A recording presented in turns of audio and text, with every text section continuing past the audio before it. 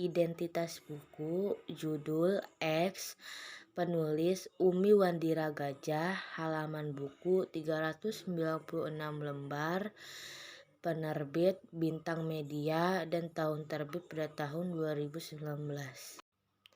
Isi novel bab pertama yaitu Citra menunduk fokus pada buku di tangannya, namun konsentrasinya terusik oleh suara dua orang siswa yang berbisik-bisik sembari cekikan di depannya. Sepertinya mereka hanya bermain-main di sini untuk menghabiskan waktu istirahat. Teguran dari samping kedua cewek itu mengembalikan keheningan. Meskipun mereka masih mencuri-curi kesempatan mengobrol, tapi sepertinya mereka tak tahan mengobrol pelan-pelan dan akhirnya pergi meninggalkan perpustakaan. Semua kembali sibuk dengan buku masing-masing, tak terkecuali Citra, cewek introvert, penyuka tempat sepi seperti perpustakaan ini. Ia semakin serius mempelajari buku-buku di depannya tanpa merasa bosan. Tidak heran cewek itu menduduki peringkat paralel di sekolahnya. Bab kedua, Citra terkejut. Dia menoleh ke bawah. Ternyata air keruh yang menggenang di badan jalan telah berpindah ke seragamnya. Ia pun mengibas-ngibaskan roknya. Dilihatnya sebuah mobil berwarna putih melaju pelan dengan deru mesin keras, seperti sedang mengajak kesialan yang menimpanya. Citra tak ambil pusing. Ia melanjutkan langkahnya menyeberangi trotoar meskipun risih karena seragamnya kotor. Citra mengeluarkan jaket dari ransel sehingga mengenakannya lalu menjauh dari beberapa penumpang yang memandang aneh serta jijik padanya. Mereka terang-terangan menutup hidung dan mengatainya. Bukan hanya itu, mereka juga berpindah duduk. Tak seorang pun yang menanyakan ataupun mengajaknya berbicara meskipun itu untuk berbasa-basi. Bab ketiga. Ketiganya menuju ke antrean panjang. Banyak sekali orang di sana. Ada yang bersama keluarga, ada juga yang bersama pasangan. Pasar malam akan tutup besok malam, sehingga malam ini lebih banyak pengunjungnya yang datang dibandingkan malam-malam sebelumnya. Citra dan Jam menunggu Kevin mengantri tiket. Kedua duduk di warung bakso. Setelah Kevin mendapatkan tiket, ia mengajak keduanya menuju tempat wahana. Mereka mengantri lagi. Banyak anak-anak dan orang tua yang sudah mengantri giliran di depan mereka. Bab keempat, Kevin sedang berdiri di depan gerbang sekolah. Beberapa siswa perempuan yang melewatinya berbisik-bisik sambil mencuri-curi pandang. Ketika Kevin menatap mereka dengan tatapan dingin, mereka langsung mengacir ketakutan. Bab kelima, Citra melangkah pelan sembari memandang Kevin yang sedang menahan ringisan di depannya.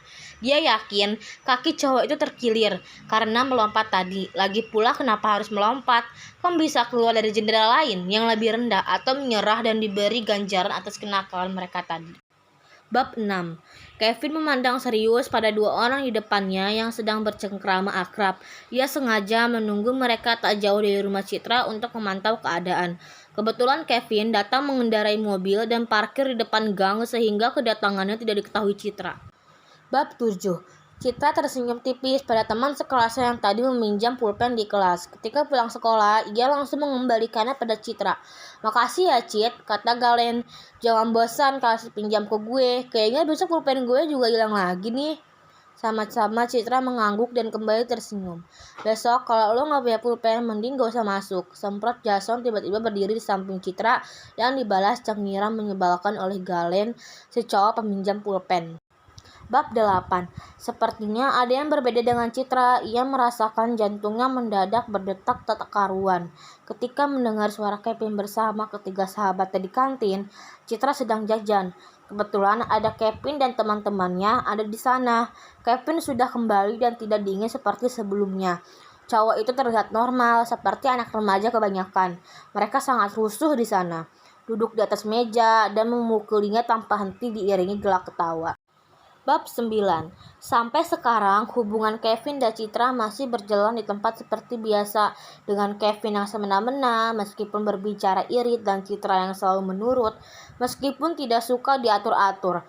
Tanpa terasa sebentar lagi mereka memasuki semester pertama di kelas 3-nya. Bab 10. Pada malam harinya, Citra yang hendak tidur diajak oleh Kevin keluar. Citra yang sudah berbaring di atas ranjang empuknya kembali bangun dan menguap. Ternyata Kevin sudah selesai bersiap-siap sehingga akhirnya Citra buru-buru mengganti pakaiannya, mengenakan salah satu pakaian yang mereka beli di pusat pemberlanjaan. Bab 11. Citra menyikap selimut dari tubuhnya dan menurunkan kaki di atas ranjang. Citra lupa membawa persediaan air minum ke kamarnya jikalau kehausan tengah malam. Cewek itu masih belum terbiasa di sana, terutama turun sendirian ke dapur pada malam-malam seperti ini. Ia tak mau keluar kamar jika Kevin tidak ada. Bab 12. Citra duduk gelisah di samping Kevin. Sampai sekarang mereka tidak mengeluarkan suara. Citra tidak berani memulai interaksi.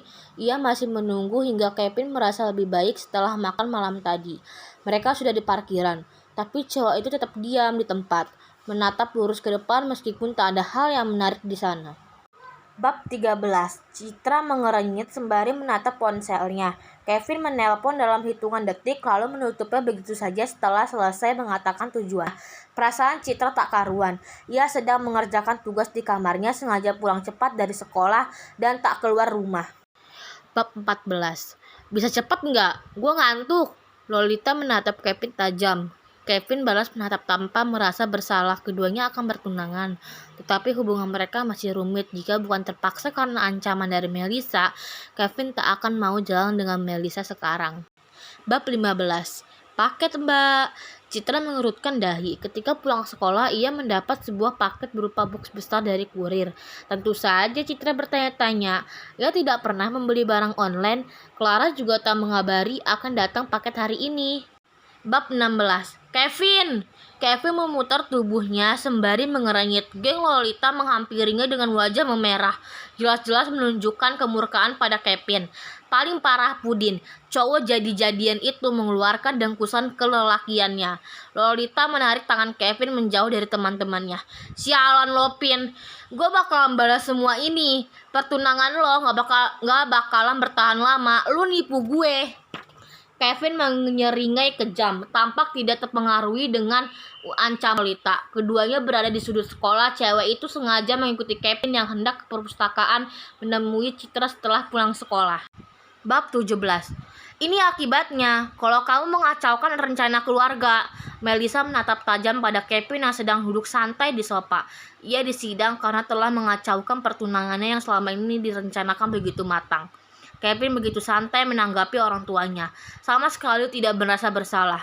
Lolita sudah menjalankan rencananya meminta orang tuanya memutuskan kontrak kerjasama antara perusahaan keluarga, sehingga perusahaan mereka mengalami kerugian yang sangat besar. Bab 18. Lukas menatap bingung pada Melissa yang melamun di atas ranjang, terlihat murung dan pandangannya kosong. Tak biasanya Lukas melihat Melissa serapuh ini. Istrinya itu selalu tampak anggun dan angkuh, dagu yang diangkat tinggi dan nada yang dilontarkan tenang, namun menghanyutkan bagai riak di tepi air terjun.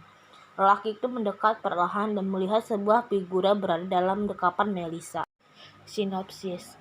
PDKT 4 bulan tapi jadinya cuma 3 hari. Apa yang lebih greget dari itu? Kevin memutuskan Citra di hari ketiga mereka jadian, tapi cewek introvert itu malah menerimanya keputusan tersebut dengan santai, tanpa ada air mata, penolakan, ataupun meminta kesempatan untuk balikan. Lebih parah, beberapa hari setelahnya, Cika mulai dekat dengan cowok lain, membuat Kevin mencak-mencak sendiri. Harusnya Citra menolak putus, harusnya Citra sedih, harusnya Citra menangis dan memohon padanya. Sebagai mantan yang memiliki harga diri setinggi langit, tentu Kevin tidak terima. Tidak ada yang bisa mempermainkannya. Siapapun yang berani mengusiknya akan mendapatkan ganjarannya.